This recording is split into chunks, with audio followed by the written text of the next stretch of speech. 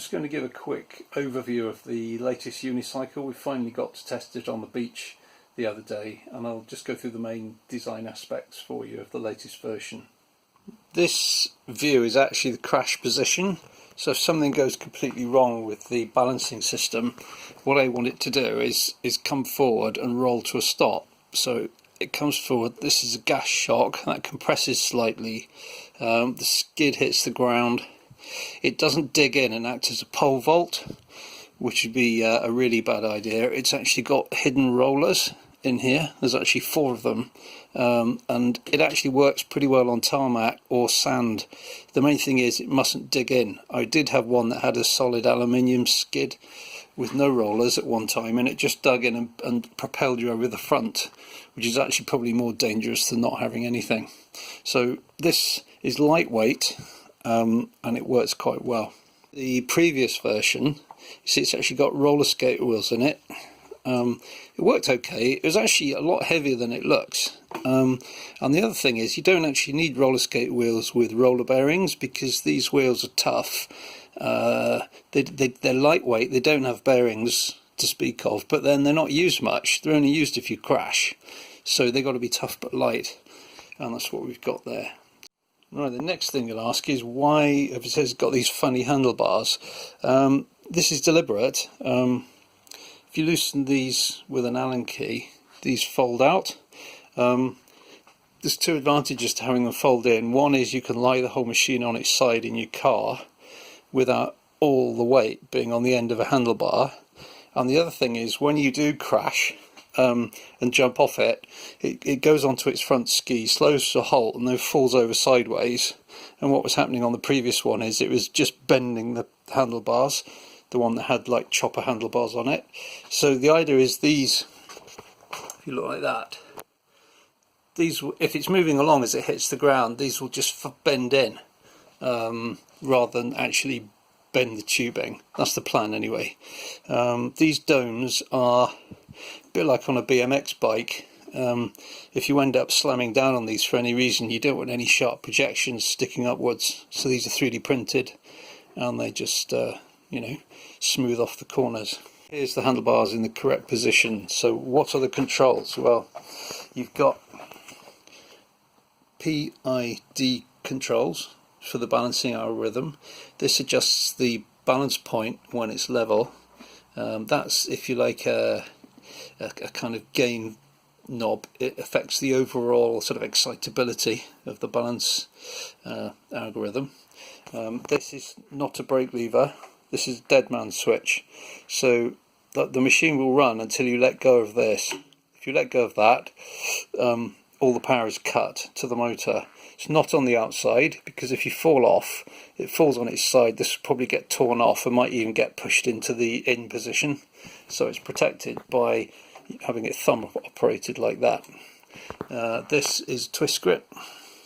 That adjusts the balance position, which allows you to ride it without just having to lean forward or backwards. You can lean forward or backwards like on a Segway, but if you want, you can control the position with this, and this basically makes it lean back.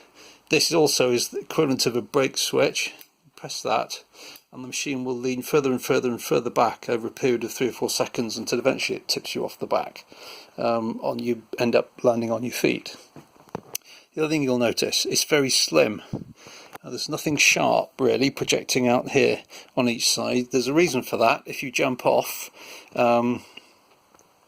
you don't want to catch projections on the inside of your legs as you leap off. So it's deliberately slimline, and you can actually grip the sides of this between your knees as you ride it. The foot pegs down here, they fold in. Okay. Again, helps just move it around and put it in the car. The saddle is curved. It's not actually padded at the moment. This is deliberate because you tend to move from side to side, lean the thing left and right. You don't want the sort of corner here each side of a saddle. It just digs into the inside of your legs, so it's curved.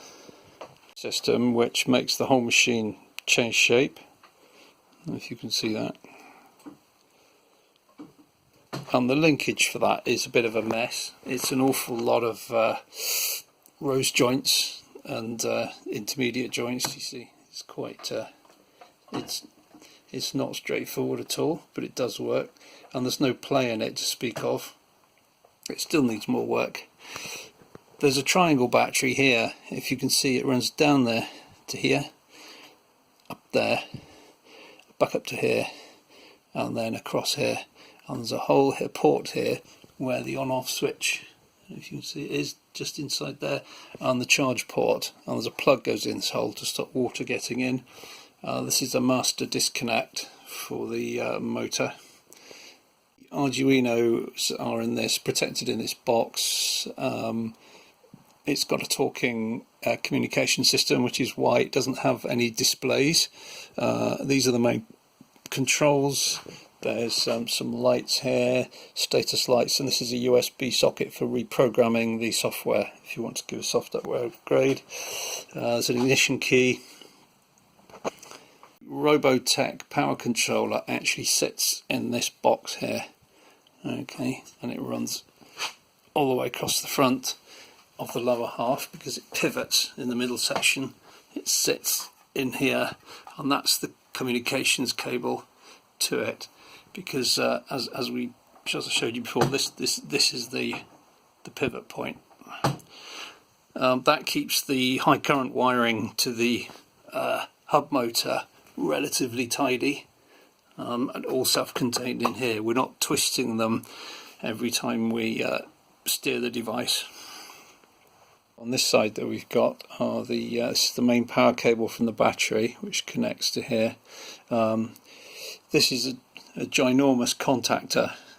When you turn the ignition switch up here, this connects the battery up. I personally like to run my Arduino, which is the brain of the device, from separate batteries to the main battery pack. So actually we've got a small panel here that removes, and this has got 6 AA batteries in it, and that fits in there, and that powers the Arduino no matter what. So it's getting a nice stable voltage.